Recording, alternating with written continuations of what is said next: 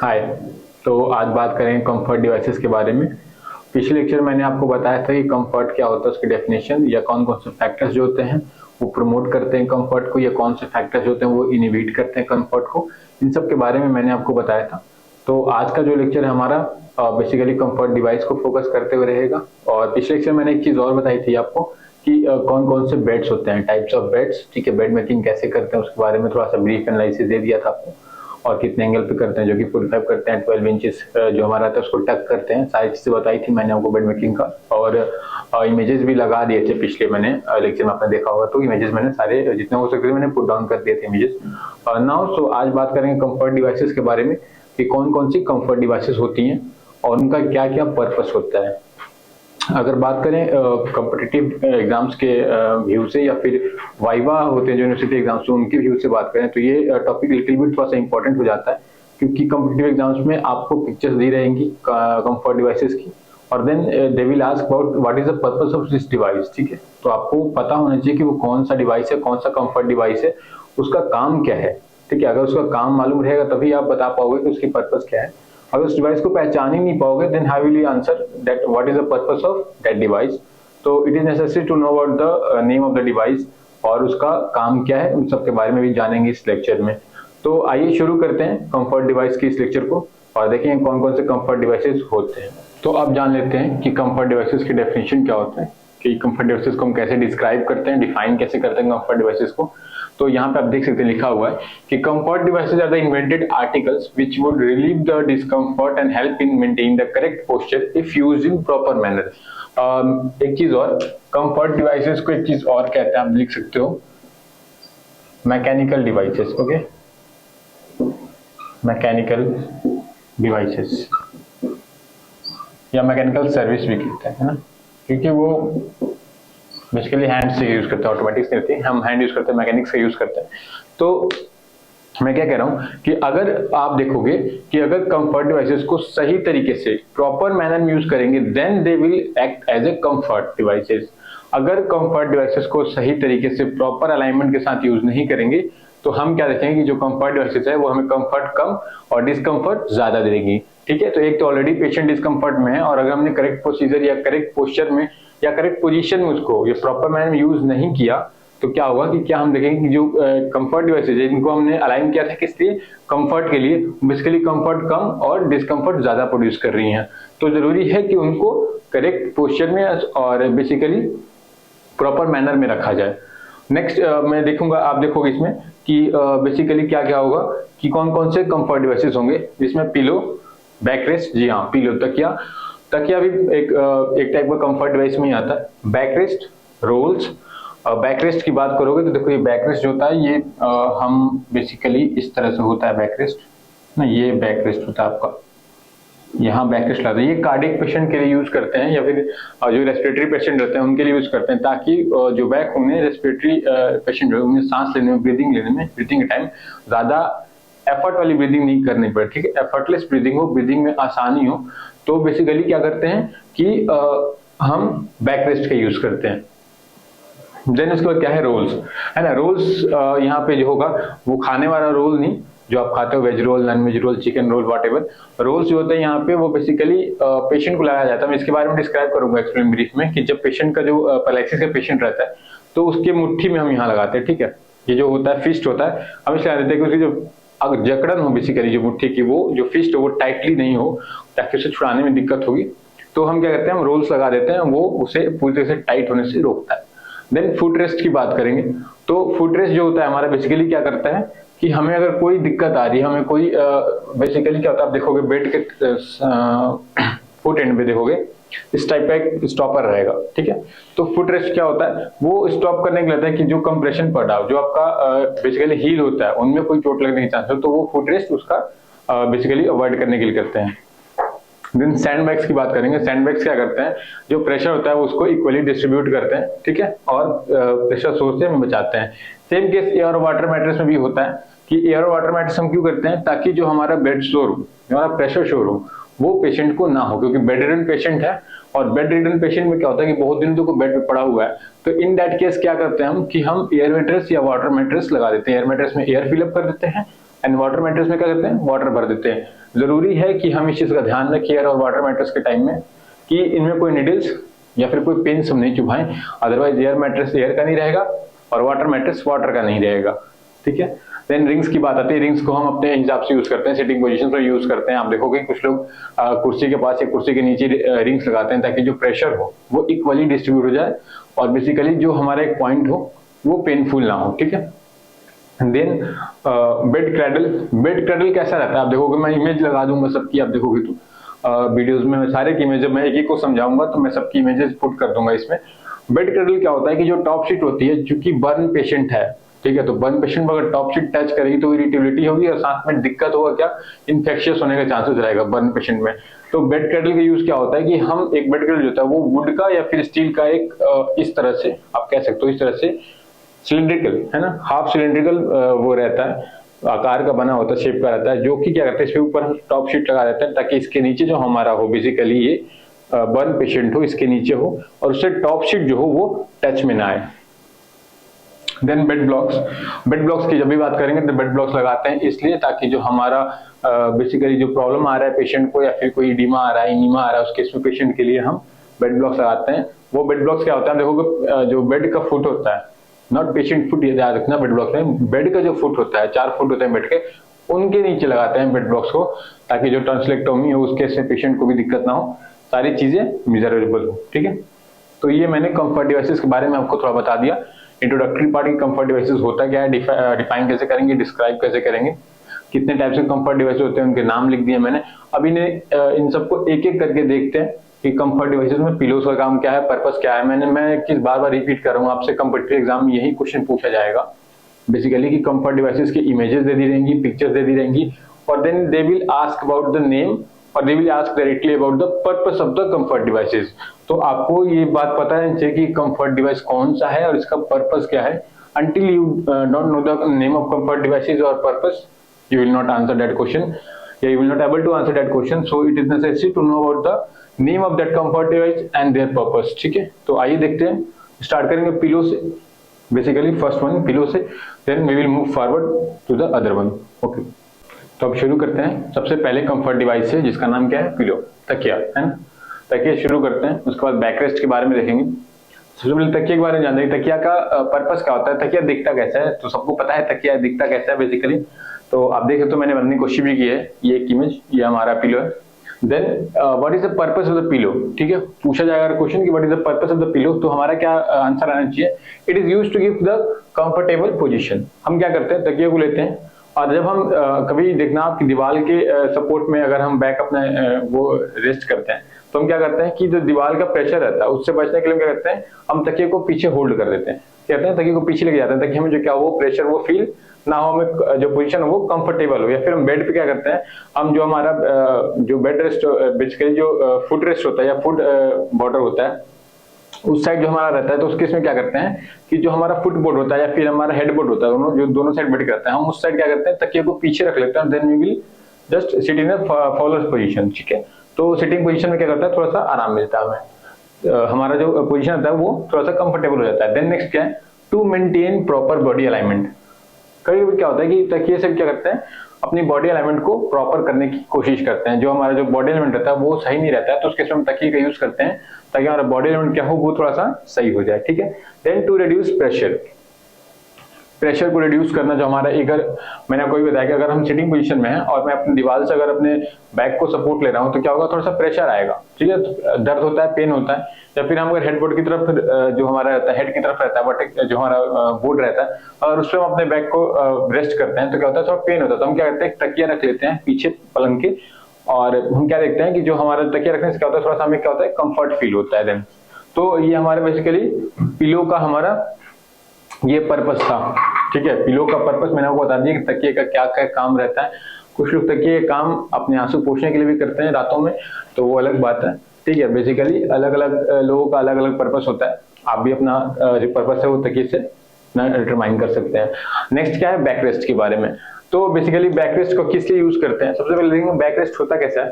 तो रफली मैंने कोशिश की है बैकरेस्ट बनाने की, ये हमारा जो पोजीशन रहता है वो हम लगाते हैं बैक साइड में, और ये थोड़ा सा सॉफ्ट रहता है जो हमारा एलिमेंट को सही रखता है, ठीक है, पोस्चर को सही रखता है बेसिकली बैक रेस्ट में।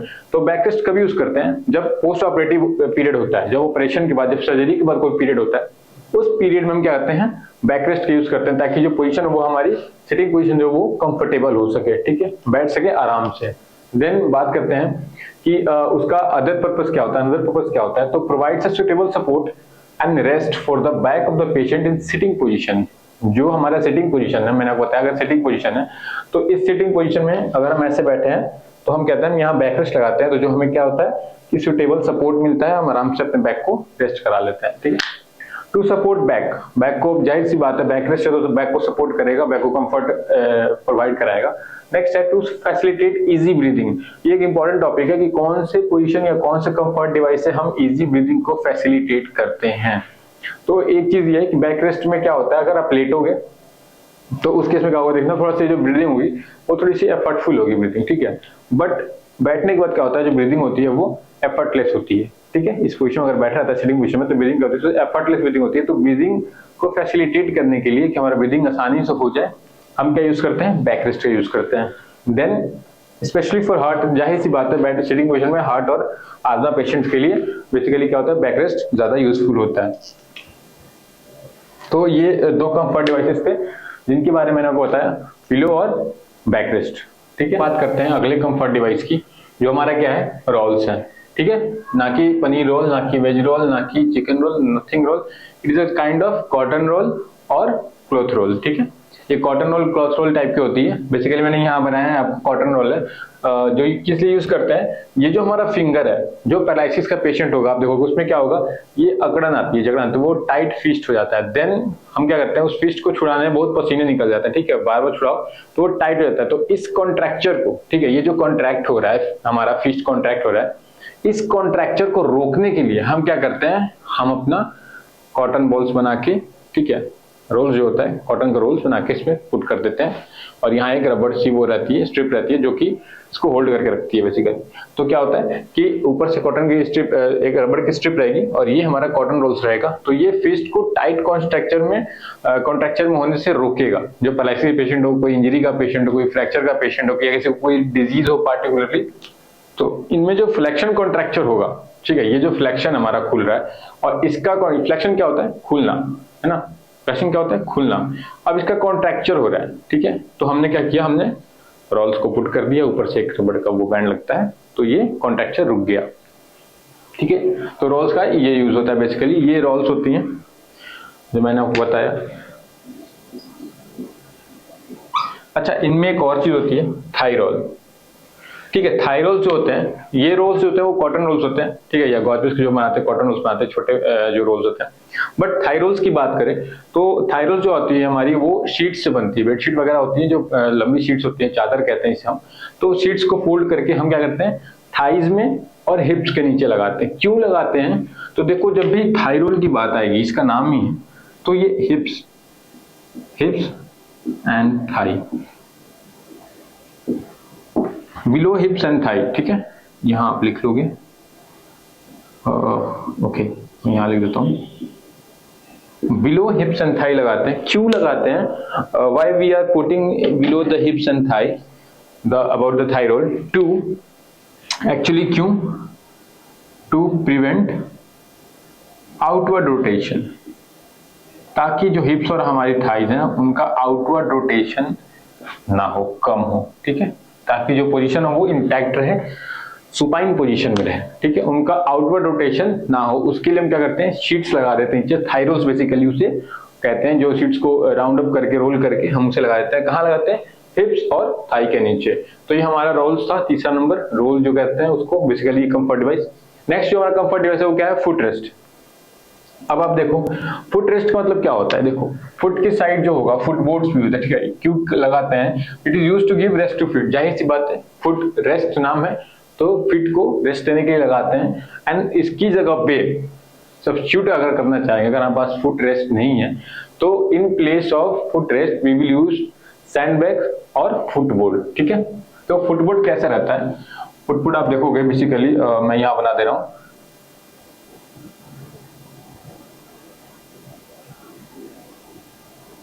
ठीक है, ये फुटबोर्ड रहता है और ये पेशेंट का फिट रहेगा। ठीक है,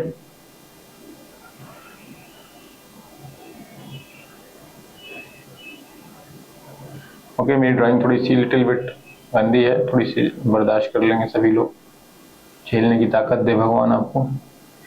ओके, ये फुट रेस्ट होता है जिसपे फुट को पुट करके हम रेस्ट कराते हैं। ये सपोज ये हमारा फुट है तो ये फुट रेस्ट, ठीक है, ये इस पर मैंने पुट कराया। मैं पिक्चर्स डाल दूंगा, अगर पुट करने की इमेजेस कोशिश करूंगा, अगर हो जाएगा तो मैं कर दूंगा। ठीक है, इमेजेस सबको पुट कर ही दूंगा मोस्ट प्रोबेबली। तो उसमें कहता है कि helps to maintain normal position of feet. हम normal position of feet maintain करने की कोशिश कर रहे हैं, तो ये किसका यूज करते हैं हम? फुट रेस्ट का। और फिर क्या कह रहा है लास्ट वर्ड कि टू प्रिवेंट फुट ड्रॉप। देखो एक चीज, इसे मैं डिलीट कर देता हूँ, इरेज कर दे रहा हूँ, नॉट डिलीट। फुट ड्रॉप की बात जब आएगी तो व्हाट इज फुट ड्रॉप? ये वर्ड जो आप देख रहे हो, फुट ड्रॉप क्या होता है?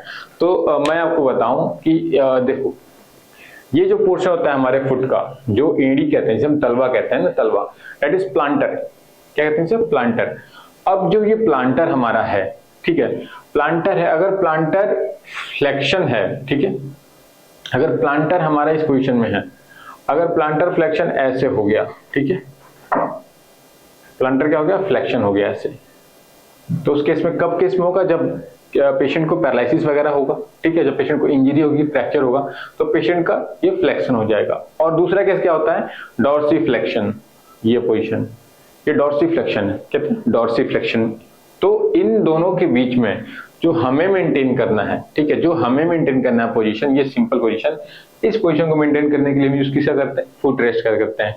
अच्छा, फुट ड्रॉप होने का कारण क्या है? What is the cause of foot drop? तो मैंने बताया कि जो पैरालिसिस वगैरह हो जाता है तो इनमें एक नर्व जो होती है उसका डैमेज होता है, दैट इज पेरोनियल नर्व। याद रखोगे आप, क्वेश्चन पूछता है कि फुट ड्रॉप की कॉज कौन सी होती है? That is peroneal nerve. Peroneal nerve is the cause for the foot drop, जो कि हम अगर मैं देखूं, मैं आपको कोशिश करता हूं बनाने की, ठीक है,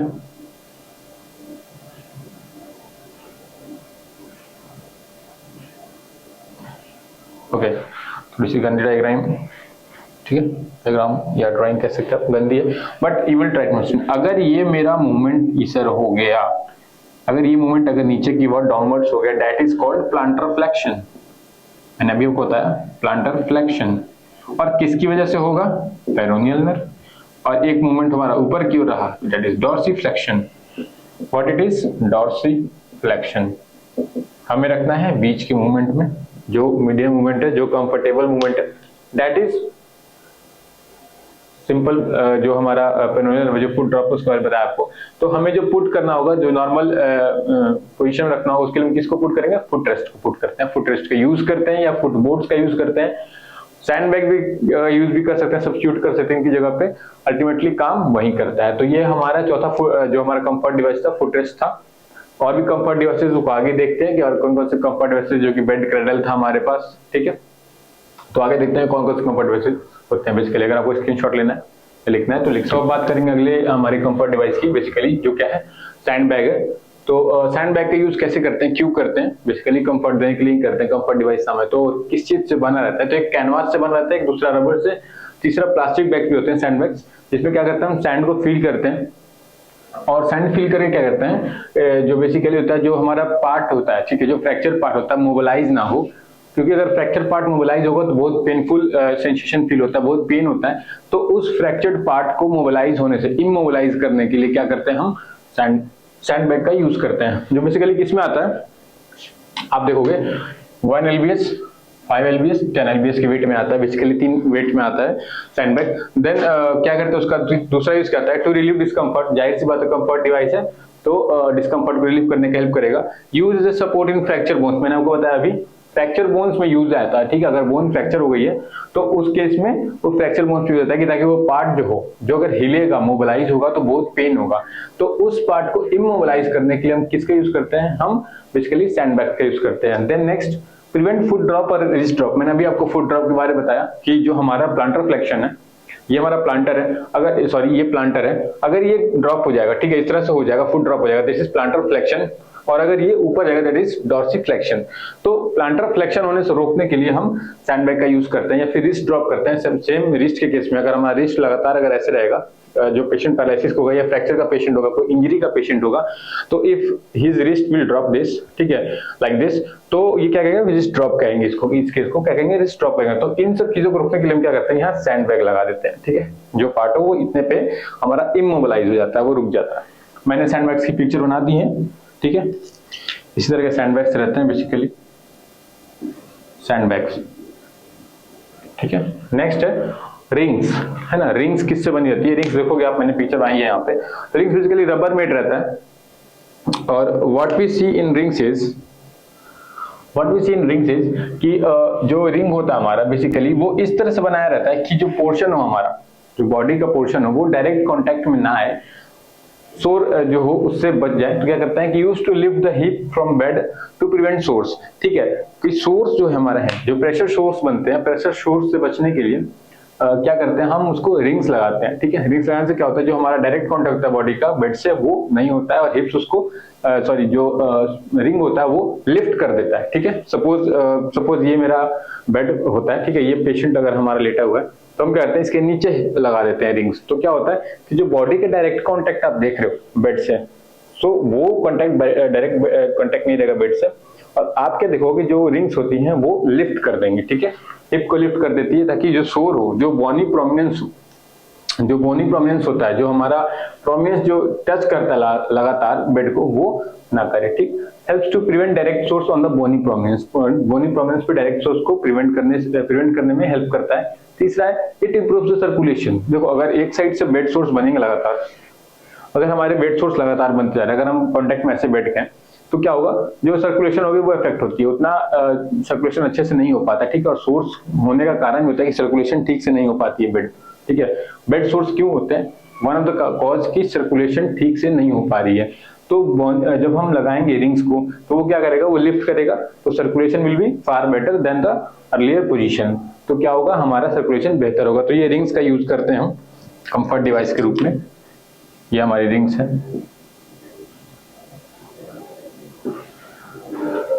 अगला देखते हैं बेड क्रैडल और व्हाट, ट्रेपीज बार, ठीक है। ट्रेपीज बार के बारे में देखेंगे। तो अगले कंफर्ट डिवाइस के बारे में बात करते हैं, that is trapeze bar.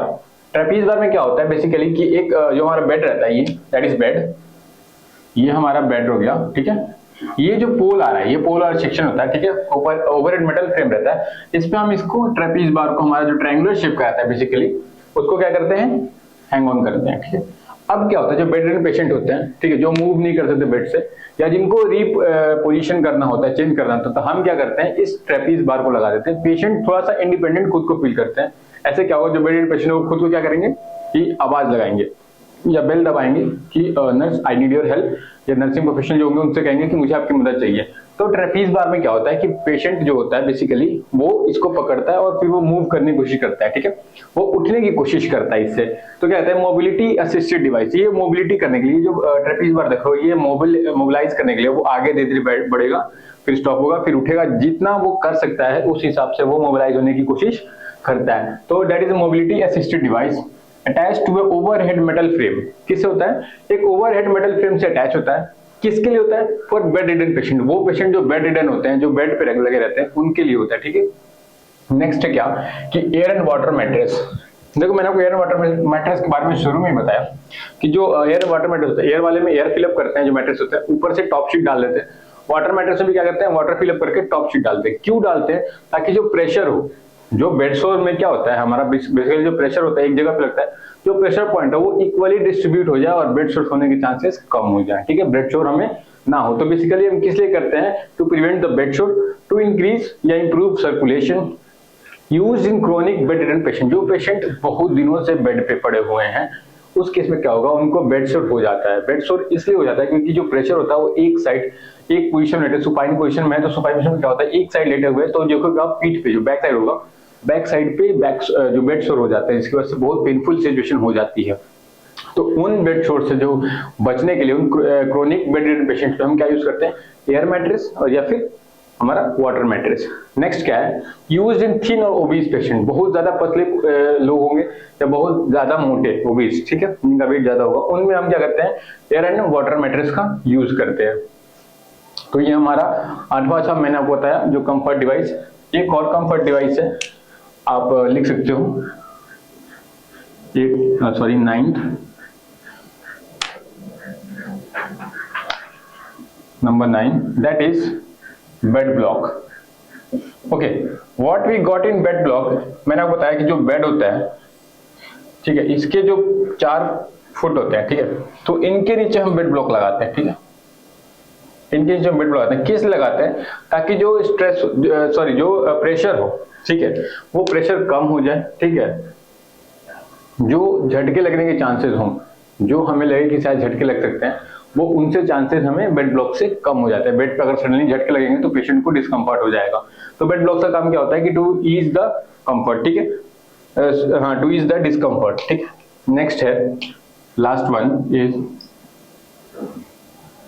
Bed caution. मैं बेड क्यूशन की बात करूंगा। तो बेड क्यूशन क्या होता है, बैलून्स टाइप के रहते हैं, ठीक है, वो एक रबर बैग रहता है, इस तरह से वो इन्फ्लेटेड रहता है, एयर फिल्ड रहता है इसके अंदर, जस्ट लाइक रिंग्स, ठीक है। उसका यूज भी क्या करते हैं हम, कि जो डायरेक्ट कांटेक्ट होता है बेसिकली बॉडी का, उसको वो नहीं होने देता है, लिफ्ट करता है और सर्कुलेशन इंप्रूव करता है, प्रेशर शो नहीं होने देता है। तो ये हमारे कुछ बेसिकली क्या थे, हमारे कंफर्ट डिवाइसेस थे, जिसके बारे में आज हमने पढ़ा। तो आज का लेक्चर हम यहीं रोकेंगे और नेक्स्ट डिवाइस में नेक्स्ट जो हमारा लेक्चर होगा उसमें हम पढ़ेंगे कि कौन कौन से पोजीशंस होते हैं, टाइप्स ऑफ पोजीशंस, जिसमें मैं आपको बताऊंगा कि लिथोटोमी कौन सा पोजीशन होता है, टेंडलबर्ग पोजीशन कौन सा होता है, सिम्स पोजीशन कौन सा होता है, देन उसके बाद लेटरल पोजीशन कौन सा होता है, लेफ्ट लेटरल रिकम्बेंट पोजीशन कौन सा होता है, डोर्सल रिकम्बेंट पोजीशन कौन सा होता है। तो सारे पोजीशंस के बारे में अगले लेक्चर में हम बात करेंगे, ठीक है। तो आज का लेक्चर यहीं पे होता है समाप्त। और अगर कोई डाउट्स आ रहे, कोई क्वेरी आ रही, तो मैं चाहूंगा कि आप कमेंट बॉक्स में क्वेश्चन करिए, मैं आंसर करने की कोशिश करूंगा। Thank you. That's all for today.